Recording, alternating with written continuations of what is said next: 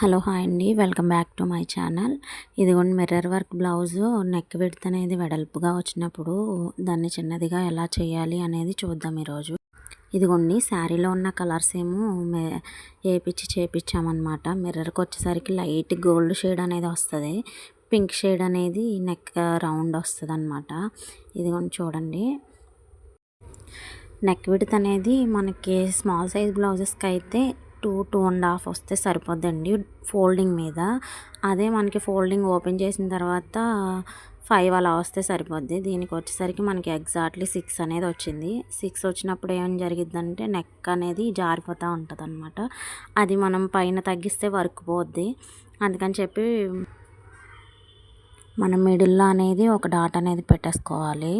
ఇదిగోండి చూడండి, మిడిల్ వచ్చేసరికి మనకి 3 వస్తుంది. 3కి ఒక మార్కింగ్ అనేది ఇచ్చేసుకోవాలన్నమాట. 3కి ఒక మార్కింగ్ ఇచ్చిన తర్వాత ఒక హాఫ్ ఇంచ్ అటు ఒక హాఫ్ ఇంచ్ ఇటు మార్క్ చేసుకుని దాన్ని మిడిల్లోకి ఫోల్డింగ్ అనేది చేసుకోవాలి. ఇదిగోండి చూస్తున్నారు కదా, ఒక హాఫ్ ఇంచ్ అటు ఒక హాఫ్ ఇంచ్ ఇటు అలా మార్కింగ్ అనేది చేసుకోవాలి. చేసిన తర్వాత దానికి మిడిల్లోకి అనేది మనం ఫోల్డింగ్ చేయాలి. ఫోల్డింగ్స్ చేసిన తర్వాత మనం మిషన్ మీద అయినా ఒక కుట్టేసుకోవచ్చు, లేదు అంటే ఇప్పుడు ఒక గమ్ ఉంది కదండి, ఆ గమ్ముతోటైనా సరే మనం పొడుగు అంటించుకోవచ్చు. పొడుగు అంటించకూడదండి, మిడిల్లోకి కొంచెం నెక్ పైకి అనేది వస్తుంది అనమాట. కింద వెడల్పు అనేది అలానే ఉంటుంది, పైన షోల్డర్ అనేది మాత్రమే తగ్గిద్ది అనమాట. అందుకని చెప్పి ఆ గమ్ముతోటైనా అతికించుకోవచ్చు, లేదు అంటే మిషన్ మీద ఒక స్టిచ్ చేసుకుంటే అలా ఉండిపోద్ది.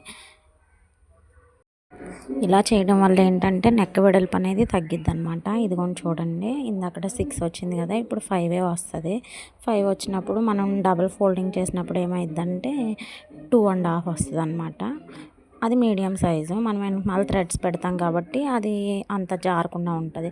అదే మనకి 6 వచ్చేసినప్పుడు ఏం జరిగిద్దంటే ఒక అంగుళం అనేది పెరిగిద్ది కాబట్టి అది జారిపోయే అవకాశం ఎక్కువ అనేది ఉంటుంది అనమాట.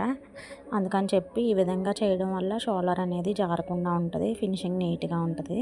ఇదిగోండి కింద వరకు అయితే అది రాదు, కింద వెడల్పు అనేది అలానే ఉంటుంది, పైన మాత్రమే తగ్గిద్ది అనమాట.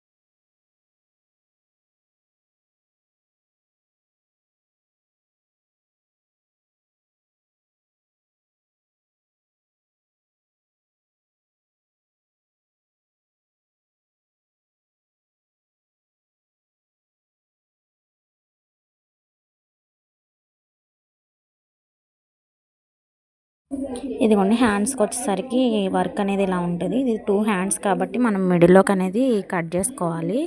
హ్యాండ్ వచ్చేసరికి మనకి 3/4 హ్యాండ్స్ అనమాట. మెజర్మెంట్స్తో ఒకసారి చూద్దాము. ఇదిగోండి చూడండి, మనకి ఇలా అయితే వచ్చేసింది. దీనికి కింద ఫోల్డింగ్ చేసి స్టిచ్ చేసిన తర్వాత బీడ్స్ అనేవి కుట్టుకోవచ్చు అనమాట. Thanks for watching.